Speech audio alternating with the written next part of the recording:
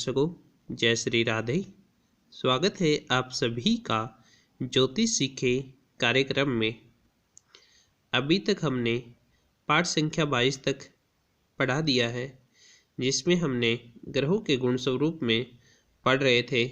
पिछले वीडियो में हमने ग्रहों के गुण स्वरूप में पारिवारिक परिदृश्य के बारे में बताया, जिसमें हमने सूर्य को पिता, चंद्रमा को माता और मंगल को भाई से संबंधित और बुध को बहन से संबंधित, गुरु को पति और पुत्र से संबंधित, शुक्र को पत्नी से संबंधित और शनि से सेवक के बारे में देखना बताया था।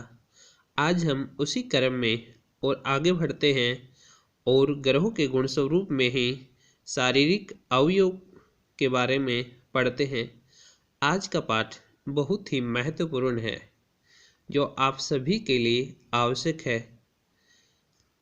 इसमें आप मेडिकल एस्ट्रोलॉजी से संबंधित भी बहुत बातों को सीख सकते हैं और आगे हम मेडिकल एस्ट्रोलॉजी शुरू करेंगे, जिसमें इस पाठ का बहुत ही ज़रूरी होगा आपका सीखना।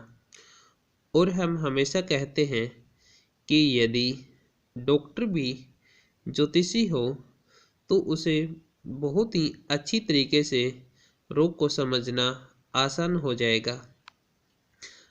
अब हम बात करते हैं ग्रहों के बारे में कि सूर्य ग्रह से हम हड्डी के बारे में बात करते हैं। हड्डी से संबंधित कोई भी पर्सन हो तो हम सूर्य ग्रह को अवश्य देखेंगे। हड्डी को इंग्लिश में बोन कहते हैं। सिर्फ बिना हड्डी के हमारा शरीर खड़ा ही नहीं रह सकता है, बिल्कुल संतुलित नहीं हो पाता है। हड्डी से संबंधित जैसे कि किसी की हड्डी टूट गई हो, चोट एक्सीडेंट में हड्डी का टूटना, या जॉइंट्स पेन से संबंधित कोई पर्सन हो तो उसमें हम सूर्य को अवश्य देखेंगे। अब हम बात करते हैं चंद्रमा की। चंद्रमा रक्त का कारक होता है। रक्त का कारक होता है। चंद्रमा से हम रक्त की बात करते हैं, लेकिन बहुत से ज्योतिषी ऐसे बोलते हैं कि मंगल से रक्त को देखा जाता है, लेकिन हम रक्त से संबंधित बातों का विचार चंद्रमा से ही करते हैं। और आप यदि स्वाध्याय करोगे तो आप भी बहुत आसानी से समझ जाओगे कि हम कितना सच और कितना झूठ बोल रहे हैं। और ज्योतिषियों से यदि आप जानकार हो और यदि आपने सीखा है, ये बोलोगे कि रक्त की बात तो चंद्रमा से होती है, तो आपको बहुत से ऐसे तर्क देंगे कि मंगल लाल ग्रह है और रक्त भी लाल होता है, इसलिए मंगल से ही रक्त को देखते हैं। लेकिन हम कहते हैं कि ज्योतिष को तर्क से समझिए, लेकिन ऐसे कुतर्कों से दूर रहिए। आप बहुत ही आसानी से समझिए कि ग्रहों में सबसे तीव्रगामी ग्रह चंद्रमा ही है, कि 2.25 दिन में 30 डिग्री चल लेता है, एक राशि चल लेता है। मंगल 45 दिन में एक राशि पार करता है। और हमारे शरीर में भी रक्त का प्रवाह बहुत तेज गति से होता है, हमारे सांसों की गति से भी तेज होता है। और वैसे ही हमारे मन की चंचलता को भी देख सकते हो। इसीलिए हम चंद्रमा से रक्त को देखते हैं। या आप महसूस भी करते होंगे कि आप कहीं अचानक बैठे हो और आपको कहीं कोई दुख से संबंधित कोई बात करे तो आप बहुत दुखी हो जाते हो, तो आपके ब्लड की गति ही करती है। और आप कहीं अचानक बहुत खुश हो जाते हो तो आपकी ब्लड की गति ही ये सब आपको अनुभव कराती है। और ये सब चंद्रमा ही का कारक है, तो आप बहुत ही आसानी से समझ सकते हो। लेकिन आप साथ में यदि स्वाध्याय करोगे तो बहुत ही आसानी से समझोगे।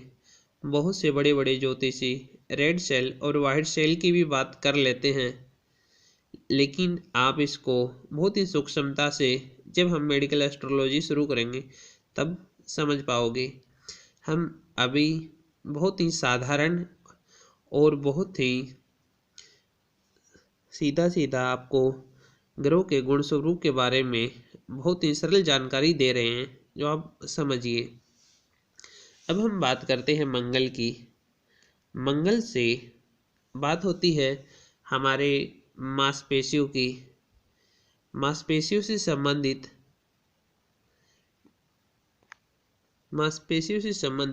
सभी प्रश्नों का जवाब आप मंगल से दे सकते हो, जैसे कि मसल्स पावर, मांसपेशियों में खिंचाव आना, जैसे कि किसी का एक्सीडेंट में हड्डी टूट गई तो हड्डी से संबंधित समस्या, तो आप उसमें सूर्य को भी देखोगे। यदि रक्त बहुत ज़्यादा निकल गया है तो आप चंद्रमा को भी देखोगे। लेकिन कहीं मांसपेशियों में खिंचाव है, मांस का फटना, एक ही पर्सन में बहुत से ग्रहों को देखना पड़ता है, तो आप इसमें जैसे मांसपेशियां फट गई या मांस फट रहा है तो उसके लिए आप मंगल को देखोगे। मांसपेशियों से संबंधित, इसको इंग्लिश में मसल्स भी कहते हैं, मांसपेशियों से संबंधित सभी सवालों के जवाब आप मंगल से बहुत ही आसानी से दे सकते हो, लेकिन आप इनको बहुत ही गहराई से समझना। अब हम बात करते हैं बुध ग्रह की। बुध ग्रह त्वचा का कारक होता है, त्वचा का कारक होता है, जिसे हम बात करते हैं इंग्लिश में स्किन। स्किन से संबंधित कोई भी समस्या हो तो हम बुध ग्रह को ही देखते हैं। बुध ग्रह से संबंधित बहुत से रोग होते हैं जो बहुत लंबे समय तक भी चलते हैं और बहुत ही जल्दी ठीक नहीं हो पाते। हम एक्सीडेंट के बारे में ही बात कर रहे थे, उसी का उदाहरण दे रहे थे। तो एक्सीडेंट में भी कई बार क्या होता है, एक्सीडेंट कैसे हुआ और किस वजह से हुआ ये तो हम अष्टम भाव से देखेंगे उसके कारण को तो, लेकिन कई बार हमारी त्वचा बहुत जगह से छिल जाती है तो उसका जो होगा तो उसके लिए हम बुध ग्रह को देखेंगे कि कब ठीक होगा। जो त्वचा से संबंधित जो समस्या होगी उसके लिए हम बुध को देखेंगे। अब हम बात करते हैं गुरु की।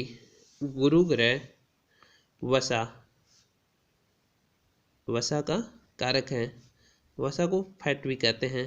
फैट अर्थात मोटापा, कहीं चर्बी, मोटापे से संबंधित या फैट से संबंधित कोई भी समस्या हो तो हम बुध को देखेंगे।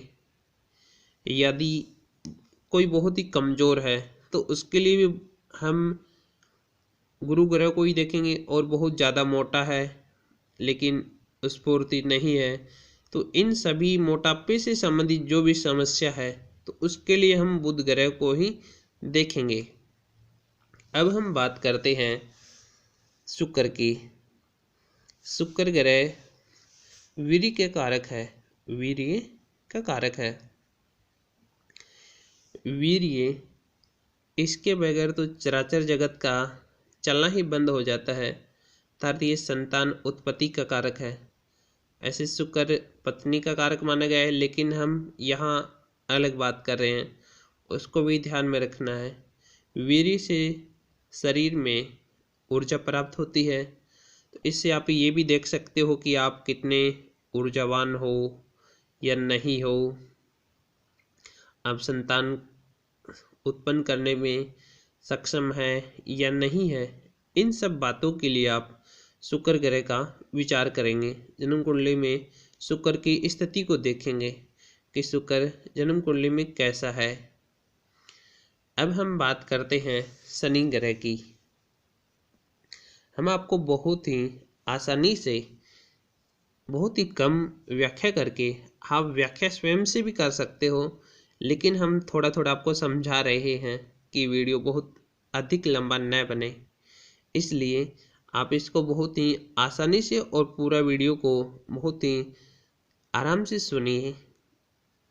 अब हम बात करते हैं शनि ग्रह की। शनि ग्रह स्नायु, स्नायु अर्थात नर्वस सिस्टम, नर्वस सिस्टम का कारक, नर्वस सिस्टम का कारक है। नर्वस सिस्टम को समझना बहुत ही कठिन है। जैसे शनि को ज्योतिष में समझना कठिन है, कि इसे अच्छा कहें या बुरा कहें, क्योंकि जो लंबी बीमारियों का कारक भी होता है, जो बहुत सी लंबी बीमारियां होती हैं जो ठीक होंगी या नहीं होंगी, इन सब बातों का भी, जैसे आप कई बार देखते होंगे कि किसी का सिर हिलता है और वो हिलता ही रहता है, लेकिन अपना काम करते हैं पूरी दिनचर्या का, लेकिन वो सिर भी हिलता ही रहता है।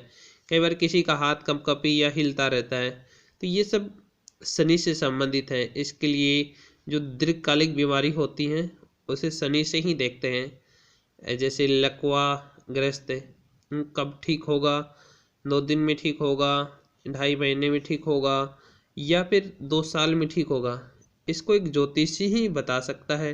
डॉक्टर तो सिर्फ यही कहेंगे कि जांच करवाते रहो, करवाते ही रहो। तो इसका जवाब आप ज्योतिषी में बहुत ही आसानी से दे सकते हो।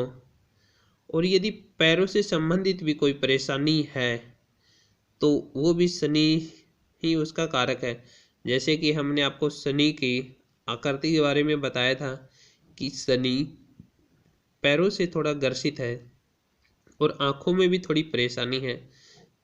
तो आंखों से संबंधित कोई रोग हो बहुत ही लंबे समय से, या किसी की एक आंख दबाने की आदत हो या फिर दबी ही रह जाती है, बहुत लंबे समय तक दबी ही पसंद होता है या फिर दबी रहती है, कई बार देखते हैं कि एक आंख अलग होती है, तो उसका कारक भी शनि है। उसके लिए भी हम शनि को ही देखते हैं।